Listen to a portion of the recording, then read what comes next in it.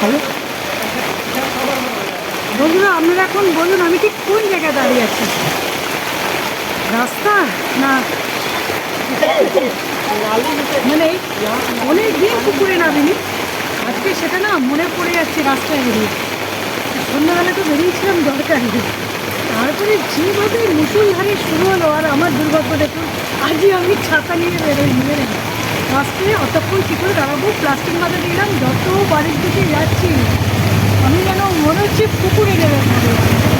আমাদের দমদমে কি ভয়ঙ্কর জল দেখে অবস্থা, পুরো রাস্তাটা মনে হচ্ছে পুকুর। অনেক দিন পুকুরে নামিনি, আজ মনে হচ্ছে আমি পুকুরে নেমেছি।